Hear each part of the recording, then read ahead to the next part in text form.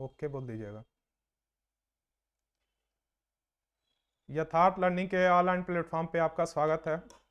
आज UP police का date मतलब फॉर्म तो स्टार्ट हो गया है और एक संभावित डेट भी है चर्चा में 11 फरवरी, जिसको लेकर काफ़ी बच्चे घबरा गए हैं कि अब करें क्या। लेकिन घबराना नहीं है, उसमें आपको थोड़ा सा चीज़ें पहले भी हम इस पे बताए हुए हैं एक वीडियो में। लेकिन यहाँ एक चीज़ बस हमको बताना था। सर लोग बोले कि अच्छा इस पे कुछ सर बोल दीजिए, पर ठीक है। देखिए यूपीपी के लिए आप लोग बच्चों के लिए देखिए इस समय हुआ क्या है, दो तरह के बच्चे होते हैं। एक बच्चे जो काफी समय से लंबे समय से तैयारी कर रहे थे, काफी लंबे समय से तैयारी कर रहे थे, और एक बच्चे हैं जिनका अभी 18 कंप्लीट हुआ है, अभी कंपटीशन वाली चीजों को ज्यादा समझे भी नहीं, और इधर भर्ती आ गई 60,000 प्लस 244 लगभग। तो दो तरह के बच्चे हैं। तो पहले वाले बच्चे के लिए जान लीजिए क्या करना चाहिए, ये मेरी राय है। पहले वाले बच्चे को जो काफी समय से पढ़ रहा था और ये भर्ती आ गई है, उसको करना यह चाहिए कि कोई भी एग्जाम हो, छोटा हो या बड़ा हो, कोई भी भर्ती हो, किसी भी राज्य का हो, जो अगर एग्जाम डेट है उससे लास्ट एक महीना केवल प्रैक्टिस सेट पेपर होना चाहिए, प्रैक्टिस सेट लगना चाहिए, दूसरा कुछ काम नहीं होना चाहिए। ये मेरी अपनी राय है। दूसरा काम क्या होना चाहिए, जो पढ़ा है, जो पहले पढ़ चुका है बच्चा, उसको केवल रिवीजन करे और कोई काम ना करे, केवल रिवीजन करे। और आप यह मानकर चलिए कि 11 फरवरी को ही एग्जाम है। इसमें अगर आप शुरू कर देंगे कि सरकार ने ऐसा क्या हुआ, होगी नहीं होगी, टलेगा नहीं टले, इस स्थिति में रहिएगा ही नहीं। बस आप अपना जो आपके हाथ में वो काम करिए। और दूसरा ये बच्चा है, ये क्या करे, ये तो भ्रमित हो जाएगा, ये गलती से भी प्रैक्टिस सेट ना लगाए। ये बच्चा मेरी राय में प्रैक्टिस सेट इसको बिल्कुल नहीं लगाना चाहिए, क्योंकि तैयार कुछ है नहीं, प्रैक्टिस क्या लगाएंगे। दूसरा इनको क्या करना चाहिए, रिवीजन क्या करेंगे, इनको भी क्या करना चाहिए, सिलेबस को पकड़ करके जो जो चीजें हैं उसको पढ़ने का प्रयास करना चाहिए। मैथ थोड़ा सा 2-3 घंटा लगा लें कि क्या क्या मैथ इसमें पूछा जाता है, अच्छा इससे इतने प्रश्न आए पुराने वाले, पुराना सेट पेपर ना छोड़े, पुराने सेट पेपर जो एग्जाम हुए हैं पुलिस के उसको मन भर लगाए, और उसके बाद बेसिक सारे सब्जेक्ट की चीजों को पढ़ने का पूरा टाइम दे।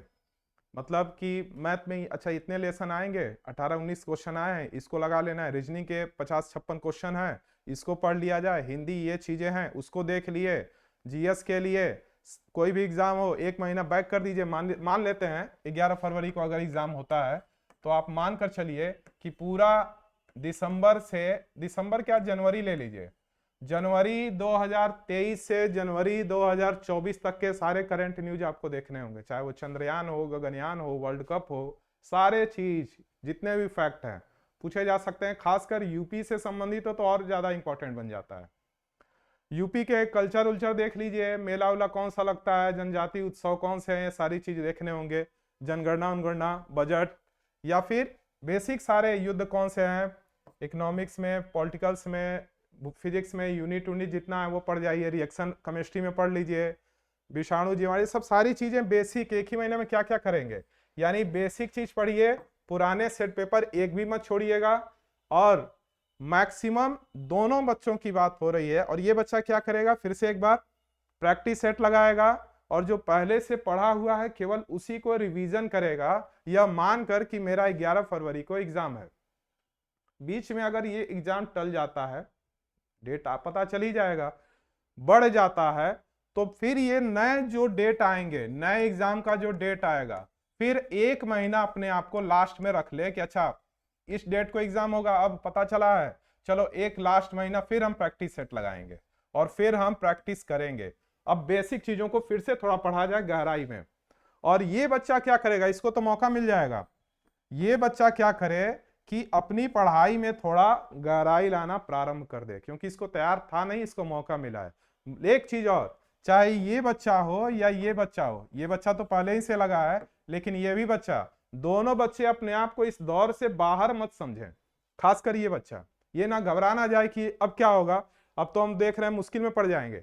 उसको करना क्या चाहिए, दोनों बच्चों को अगर संभव हो तो 10 से 12 घंटा आपको टाइम देना ही देना पड़ेगा, नहीं तो आप बाहर हो जाएंगे। सिलेबस इतना बड़ा है, करेंगे क्या? और जो जो बच्चा पहले से पढ़ा हुआ है वो क्या करे? जैसे एक सेट हम सुबह लगा लिए, प्रैक्टिस सेट सुबह लगा लिए, 2 सेट पेपर डेली लगना चाहिए। और जो सेट पेपर लगाइए उसका सारा एक एक क्वेश्चन, उन चारों ऑप्शन में क्या क्या अंतर है, पूरा डिटेल कंप्लीट। जैसे एक सेट पेपर सुबह लगाए, शाम तक उसके सारे 150 क्वेश्चन कैसे आंसर मेरा गलत हुआ है, कैसे इसमें आंसर दिया है, उस पर पूरा बहस हो गया। और फिर शाम को एक सेट पेपर लगाइए और रात तक उसको खत्म कर लीजिए कि अच्छा ये चीजें इसमें मेरा फैक्ट अभी भी गलत हो रहा है। अच्छे सेट पेपर होने चाहिए। और दूसरा जो है, जो जो विषय आप पढ़ रहे हैं, पढ़ चुके हैं, उसको रिवीजन मार लीजिए कि अरे जनगणना भूल तो नहीं गए, पुराना वाला बजट भूल तो नहीं गए, यूनिट मात्रा किसी का भूले तो नहीं है, ये काम करे। और जो नया बच्चा है वो पुराना 2018 में, इससे पहले जो भी पुलिस के एग्जाम हुए हैं, वो सारा क्वेश्चन देखे कि अच्छा इस तरह के क्वेश्चन आए हैं, प्रदेश से संबंधित ये क्वेश्चन आए हैं, तो उसको ये चीजें बहुत तेजी से पढ़ना चाहिए। अगर वो संभव हो नया वाला बच्चा तो 15-16 पढ़ना चाहिए। अब कह दें झूठ मूठ का कि सर 6-7 घंटा, तो मतलब नहीं रह जा रहा है। अगर आप ऐसा कोई जॉब कर रहे हैं जिसको आप छोड़ सकते हैं, तो मेरी राय में एग्जाम तक छोड़ भी देना चाहिए। अगर छोड़ नहीं सकते हैं तो आपको उसी में समय निकालने का प्रयास करना चाहिए।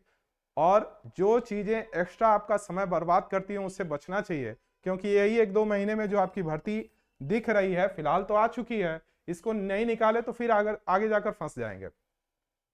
ठीक है, तैयारी करिए, इससे पहले भी बता चुके हैं, इतना बताना था।